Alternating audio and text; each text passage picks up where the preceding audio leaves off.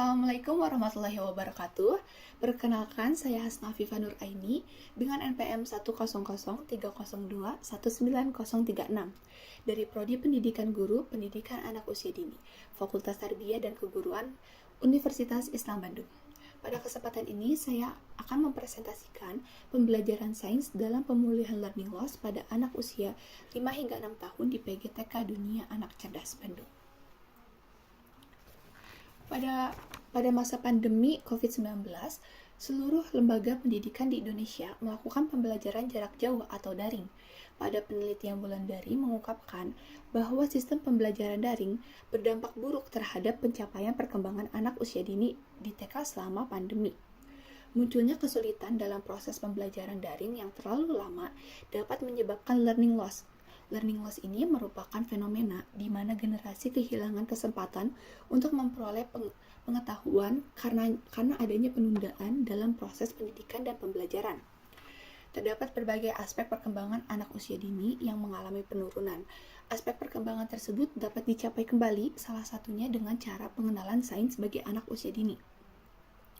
Pembelajaran sains bagi anak usia dini memungkinkan anak untuk melakukan eksplorasi terhadap berbagai benda, baik itu benda mati maupun benda hidup. Selain itu, dapat juga melatih anak untuk menggunakan panca inderanya untuk mengenal berbagai benda dan juga peristiwa. Hal ini mendorong saya untuk mengangkat penelitian dengan judul Pembelajaran Sains dalam Pemulihan Learning Loss pada Anak Usia 5 hingga 6 tahun di PGTK Dunia Anak Cerdas Bandung.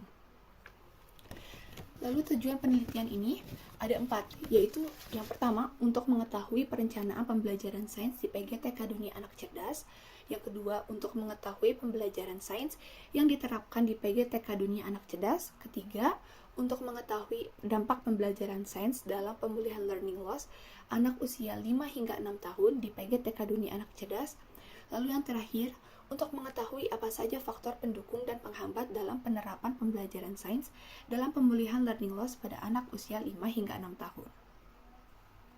Landasan teori yang saya pakai yaitu ada 2. Yang pertama, ciri-ciri anak yang mengalami learning loss menurut Stefani dan juga Pratiwi, yaitu motivasi belajar yang menurun, menurunnya tingkat fokus, prestasi yang menurun. Lalu selanjutnya, menurut Sugiono, sains bagi anak usia dini akan membantu anak dalam mengembangkan beberapa aspek berikut: sosial, emosional, fisik, kreativitas, dan juga kognitif. Penelitian ini dilakukan untuk melihat gambaran upaya sekolah dalam pemulihan learning loss pada anak usia 5 hingga 6 tahun melalui pembelajaran sains di PGTK Dunia Anak Cerdas Bandung menggunakan pendekatan kualitatif dengan metode studi deskriptif. Teknik pengumpulan data yang dipakai yaitu wawancara, observasi, dan juga dokumentasi. Data primer yang dipakai yaitu peserta didik usia 5 hingga 6 tahun dan guru PGTK Dunia Anak Cerdas, dan juga dokumen administrasi pembelajaran PGTK Dunia Anak Cerdas. Lalu prosedur analisis data yaitu ada reduksi data, penyajian data, dan juga penarikan kesimpulan. Tujuan diterapkannya pembelajaran sains yaitu karena di pembelajaran sains dapat membantu anak mencapai tahapan perkembangannya. Pembelajaran sains di PGTK ini dilandasi oleh kurikulum 13 yang digabungkan dengan kurikulum Merdeka. Perencanaan pembelajaran sains disusun sebelum melakukan pembelajaran sesuai dengan program tahunan yang sudah disusun sebelumnya. Dokumen yang disusun untuk melakukan kegiatan pembelajaran sains itu ada program semester, RPPM, dan juga RPPH. Selanjutnya, pelaksanaan pembelajaran sains dilakukan 1 kali dalam seminggu. Namun, jika ada sesuatu yang memang perlu dibahas melalui pembelajaran sains ini akan dilakukan. Pembelajaran sains di PGTK Dunia Anak Cerdas biasanya dilakukan dengan cara eksperimen atau percobaan sederhana yang dapat membantu anak dalam membangun motivasi belajar. Lalu hasil penerapan pembelajaran sains dalam pemulihan learning loss dapat dikatakan tidak munculnya indikator anak yang mengalami learning loss. Anak memiliki tingkat fokus yang baik dalam menerima maupun merespon materi yang diberikan oleh guru. Hasil penerapan pembelajaran sains dalam pemulihan learning loss terdapat pada hasil capaian pembelajaran anak yang meningkat.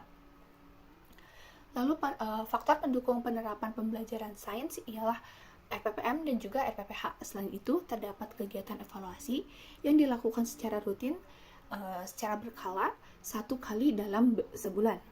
Lalu yang terakhir, faktor penghambat penerapan pembelajaran sains ini adalah dana yang digunakan untuk media pembelajaran. Kegiatan yang memerlukan dana yang besar perlu menunggu dana dari pemerintah, yaitu dana BOP. Kesimpulannya, itu perencanaan pembelajaran sains ini disusun sebelum melakukan pembelajaran sains, itu sesuai dengan program tahunan. Dokumen yang disusun untuk melakukan kegiatan pembelajaran yaitu program semester, RPPM dan juga RPPH. Pelaksanaan pembelajaran sains dilakukan 1 kali dalam seminggu secara rutin dengan cara eksperimen atau percobaan sederhana. Hasil penerapan terdapat pada hasil capaian pembelajaran anak yang meningkat. Faktor pendukung dari penerapan pembelajaran sains ialah dokumen administrasi seperti RPPM dan juga RPPH, serta kegiatan evaluasi. Lalu yang terakhir, faktor penghambat dalam penerapan pembelajaran sains ialah kegiatan yang memerlukan dana yang besar, sehingga kegiatan tersebut perlu ditunda dan menunggu dana dari pemerintah atau dana BOP. Sekian presentasi saya. Terima kasih. Wassalamualaikum warahmatullahi wabarakatuh.